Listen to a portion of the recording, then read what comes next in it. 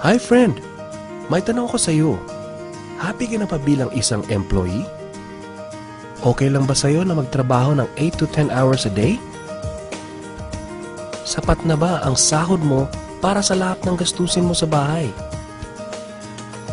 Gusto mo ba na parating trabaho, sweldo, bayad utang na lang ang ikot ng buhay mo? May naiipon ka pa ba sa pagtanda mo? Friend, may tanong ulit ako sa iyo. Gusto mo bang mag-business? Gusto mo bang magkaroon ng extra income?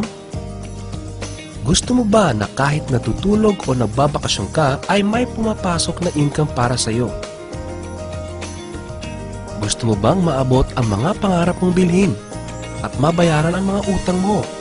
Friend, anong magandang negosyo na maliit ang puhunan pero malaki ang kita? Anong magandang produkto na hindi na kailangan ibenta kasi kusang binibili na ng tao?